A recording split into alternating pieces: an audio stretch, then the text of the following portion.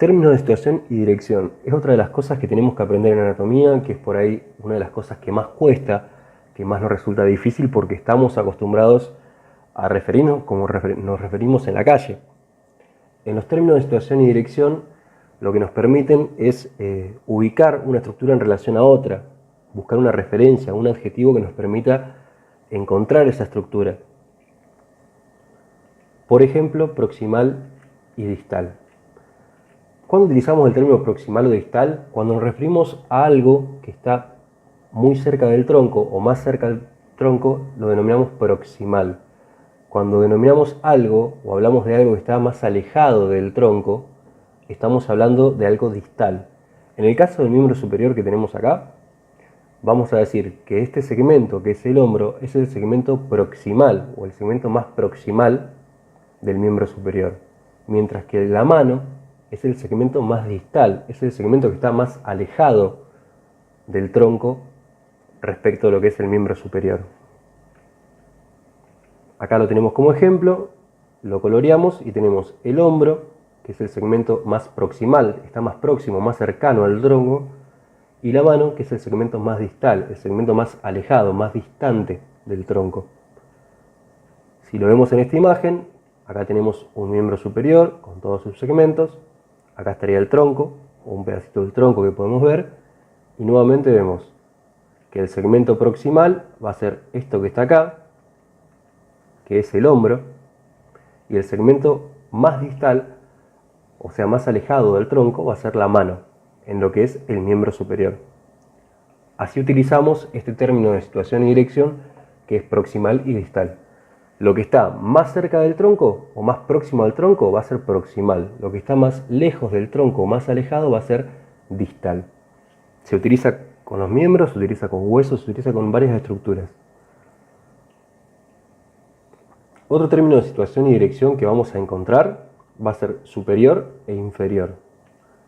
Este por ahí es más fácil de entenderlo, pero en base a una estructura nosotros podemos determinar que algo sea superior o inferior. En referencia al tronco, nuevamente, la cabeza se encuentra hacia superior, está por arriba del tronco.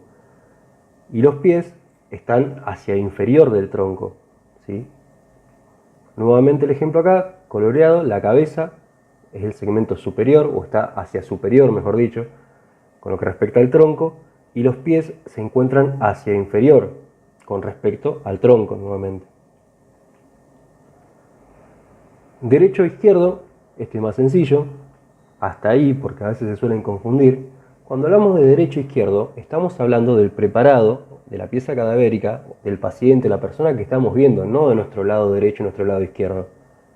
En esta persona que estamos viendo acá, en esta imagen, el miembro superior derecho va a ser este que está acá, porque estamos hablando de su miembro superior, no del nuestro. Entonces, el miembro superior derecho va a ser este, y el miembro superior izquierdo va a ser este que está acá. Lo mismo con los miembros inferiores. Este va a ser el miembro inferior derecho y este va a ser el miembro inferior izquierdo. Siempre nos referimos al paciente, al preparado cadavérico, a la persona que estamos viendo, no nuestro lado derecho, sino el del objeto de estudio. Otro término de situación y dirección que tenemos son posterior y anterior. Lo que se encuentra hacia adelante denominamos anterior. En este caso estamos viendo un tipo de corte sagital en una vista lateral. Esto sería un tronco, esto sería miembro inferior y acá tenemos cuello. Este segmento sería la cara anterior del tronco y este segmento sería la cara posterior del tronco. Si lo vemos acá, tenemos coloreado, de este color medio cremita, la cara posterior del tronco y de color verde la cara anterior del tronco. Otro término de situación y dirección tiene que ver con lo que es lateral o externo y lo que es medial o interno. Para utilizar estos términos vamos a tomar como referencia la línea media, como si trazáramos una línea, ¿sí?, por el medio del cuerpo humano, y lo que va a estar más cerca de esa línea media lo vamos a denominar medial o interno, y lo que está más alejado de esa línea media lo vamos a denominar lateral o externo. Vamos a tomar como ejemplo un segmento del miembro inferior esta vez, que va a ser el muslo, este segmento de acá. En el caso del muslo tenemos una cara, que va a ser interna o medial, y una cara que va a ser externa o lateral.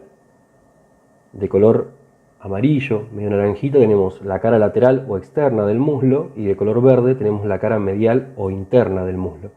Lo mismo podríamos hacer con el antebrazo. Tendríamos una cara interna o medial y una cara externa o lateral. Bien, tomamos como punto de referencia siempre la línea media del cuerpo para utilizar los términos de situación y dirección lateral y medial, ¿sí? Otro término de situación y dirección que solemos utilizar más que nada para el estudio de los músculos o de las fascias son superficial y profundo. Acá tenemos un tipo de corte, ¿sí? Es un tipo de corte axial o transversal, como lo que estuvimos viendo. Esto es un miembro superior, precisamente el segmento del brazo. Y acá tenemos un hueso, que es el húmero, y varios músculos, que todavía no los conocemos, pero a poco los vamos a ir viendo. Este músculo que está acá arriba del todo, en la cara anterior, esto sería anterior, esto sería posterior, esto es interno y esto es externo, este es el hueso, es el húmero. Este músculo que está arriba del todo, que es más superficial, se conoce como músculo bíceps, ¿sí? Porque presenta dos cabezas y lo denominamos músculo bíceps. Y este músculo que está más profundo, ¿sí? Que está más alejado de la superficie, se denomina braquial anterior. Un ejemplo que tenemos de lo que serían los términos de situación y dirección superficial y profundo. Superficial sería el músculo bíceps y profundo sería el músculo braquial anterior. La superficie es esto que vemos acá. ¿A qué se refiere? Que si yo cortara acá con un bisturí, lo más superficial que me encontraría sería el músculo bíceps. Y lo más profundo sería el músculo braquial anterior, que está de color azul acá. Y acá tenemos la descripción del ejemplo. En el plano superficial encontramos el músculo bíceps y en el plano más profundo el músculo braquial anterior. Y por último, algunos términos de situación y dirección que podemos encontrar o se suelen utilizar en el libro de anatomía, pero en realidad tienen más que ver con la posición anatómica embrionaria.